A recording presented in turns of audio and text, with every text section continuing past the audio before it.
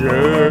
Look what I busted out. The old FZ. Oh, by the way, I finally figured it out. I remember I was trying to call this thing a scrambler for a while. No. It's the TW700. I don't know why I didn't see it from the beginning. But anyway, we're out here in its natural habitat, where it was born to be. No, but where it is now.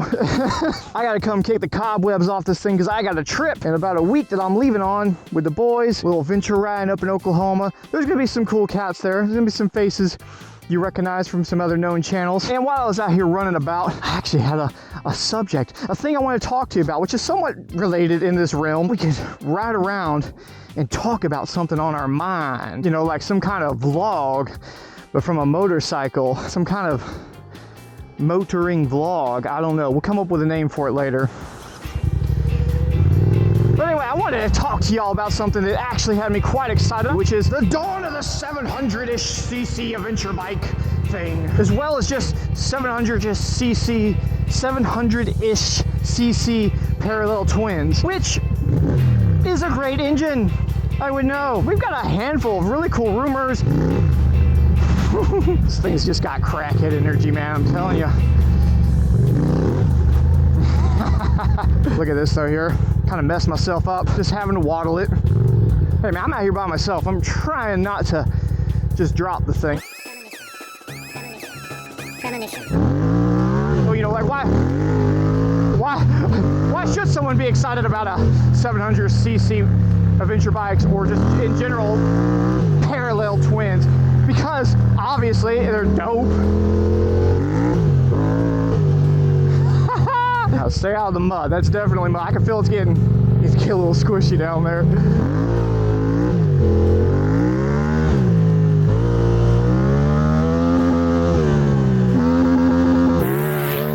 I got this FZ07, what, 2016? So somebody let me actually borrow one for like a quick little bit of a ride. It was in a video I did. And that's what sold me. I was like, yo, this engine is something else. It would be dumb not to stick this engine into some kind of dual sport adventure bike frame, right? Like almost immediately after thinking that, I swear Yamaha was like, hey, we're gonna make this crazy adventure bike with that motor. But they took their sweet time, if anybody remembers. What was that, like announced in like 16, 17? They're like, we're gonna come out with this, and it took them till, it took them too long. But it's been this really cool thing. I feel like it woke up the adventure bike world, right? Prior to that, adventure bike's like an old man thing, you know? There was some hardcore dudes out there on some of the big ones, don't get me wrong. KTM came out with their 790, 890s and beat Yamaha to the market. And those are cool, but they also missed the other mark that the Yamaha got, was the price. And let's be honest, at the end of the day, a lot of us want a Japanese version of that bike. Oh, I went a silly way, didn't I? Ooh, yay. My homemade dirt bike. Whoop. I was about to say it's good because I can touch the ground. Let's use some technique here. This is one I've been trying to learn more of, where you do this and you rock yourself up. Yeah, that's an easy way to do it. SD30. Okay, hang on. The cycle key. There we go. So yeah, it's tip sensor. You know, with a Japanese build one of these bikes, the price, reliability, the dealer network, maintenance, without a doubt, the Japanese make the most rounded out bike. That's not to hate on the other ones. There's a lot of great bikes out there. With the release of the T7, a lot of people were hoping that somebody else would hop on board. The next person we got to hop on that was Aprilia. That Aprilia is dope. If you guys didn't see in a video recently, I rode that thing around, and it just further ignited what I knew about these bikes. Is like, yeah, this is the size adventure bike that we need with the kind of engine we need. 70-ish or so horsepower on a parallel twin with a cross-plane motor is like just the formula. These are super exciting bikes though. This is what's making adventure riding more fun and accessible. You know, and the Aprilia also hits that mark because the price is right, but now you get a little more electronics. Just a lot of people aren't gonna pull the trigger on that. Being it's an Aprilia, a lot of people don't even live anywhere close to an Aprilia dealership. But holy excitement, Batman. In the last few months, there's been a lot of rumors of some sick bikes that are gonna hit that same niche. Honda, I think for years now, people have been speculating that they're going to build what's basically a Transalp. People have been basically wanting a smaller Africa twin, and the Transalp was an old name that they had. They brought back recently. People have been, you know, citing that, oh, they've trademarked it and copyrighted that name or whatever in a bunch of places. And then even specifically 750. Now the fear of that was that they were going to use the old, like their NT 750 motor, which is it's not a super exciting engine. It's based off a car Honda Fit motor. But no, we had two really cool things happen. One, Honda released some information on a new Honda Hornet 750cc parallel twin 270-degree cross plane crank. And it's like way more power than I thought Honda would get out of one of these. 90-something horsepower and like 50-something foot-pounds out of it. Like, whoa, the horsepower is great. I did not expect it to be that high. And here's what's really cool. So also, spy shots popped up of the new Transalp. They're very crappy spy shots, but on a cute eye, you can tell that's the same motor in that Transalp. I mean, why would they develop another 750? It's the same engine. It's probably been retuned, retooled a little bit for adventure riding. That's probably good. It means it's probably got more bottom end, more low end torque. I've also seen a number of people bring that bike up and say, oh, it looks like it's going to be a more light adventuring bike, not necessarily aimed at the T7. But I would highly disagree with that because a couple reasons. One, they already have a light adventure-ish bike with a 750cc engine. So why would they make two of them? And then on top of that, it's got a 21-inch front. I don't know what the rear is. It's a 18, 17.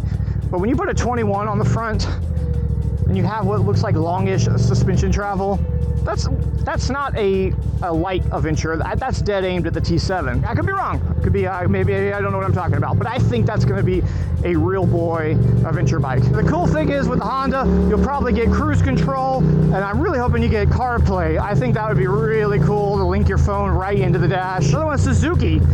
A bunch of spy stuff has come out and some information that they've got a parallel twin. They're going to finally get rid of the SV 650 and 1000 mil that they've had forever. Apparently they're going to go to a parallel twin, and I think it's rumored that it's also a 270-degree crank to get a new SV. I guess they won't even call it the V anymore. They'll have to call it the S. I don't know what they'll call it. They'll come up with a name. They've got spy shots of what looks to be like a new V-Strom, and the V-Strom always has been a lighter off-roader, you know, like light adventuring.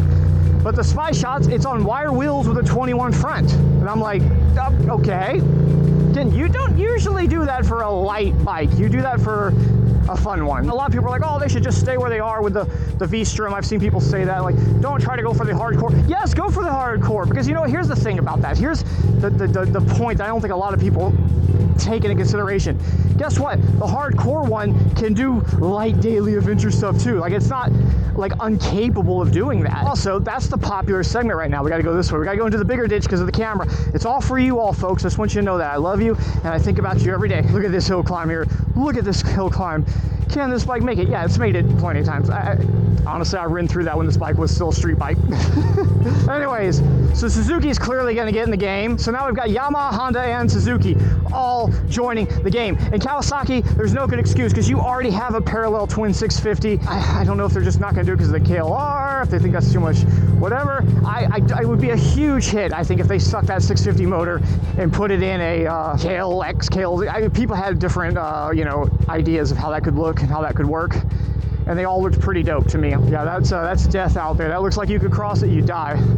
But anyway, Kawasaki, I reckon all they really need to do is use that existing engine they have, or they could go extra fun and just rework that engine a little bit. They don't even need a new one. They just need to see how this swamp just goes back and back and back. Let's see if there's a way around it somewhere. That's that horrible Texas mud right there that we got up here in North Texas. It's not looking promising. The way it's just going back and back and back like that. We might need to just turn around, try to do U-turn without going into the mud. I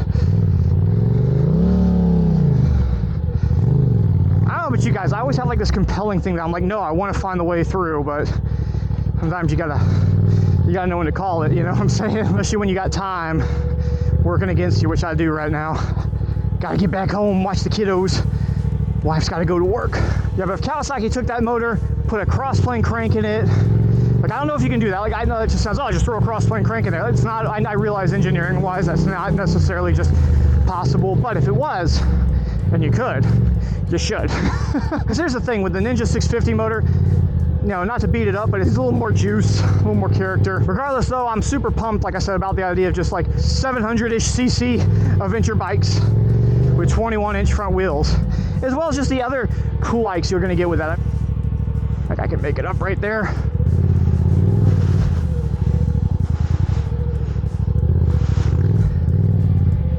There we go. Okay, that was more off-roading than I know I'm going to do on that trip I got coming up. There's a lot of exciting bikes on the horizon. I think we're in an exciting time. I love it that we're seeing like new developed engines. I actually completely had it wrong. I was telling people a few years ago, like, Now, you won't see a whole lot of new engine development because everyone's going to focus on electric. I do still think it'll happen, whether you like it or not. It's not like, I feel like you can't say that without people thinking you're like endorsing it. Like, I'm not saying this is something I want to have happen. I'm just saying I think it's something that will happen. You got some countries that have outlawed them outright by certain years anyway, like the UK. Let me know your opinion in the comments. I love the Discord back and forth with you guys in the comments. Speaking of Discord, I have a Discord. Hop on over to the Patreon, just $1 a month. You can hang out with me there. Plus, you get to see a longer, uncensored, real version of this video that exists in that plane. Are you excited about the 700s, or is there something else you're waiting to see? Do you want to see even more like smaller, like 400 or 500-ish cc adventure bikes? Or for someone to actually make a serious hardcore bike like that? Because we've yet to see that.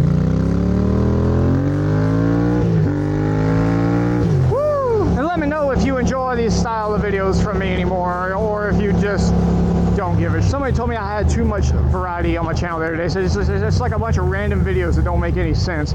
I said, well, it makes sense to me because I was having fun.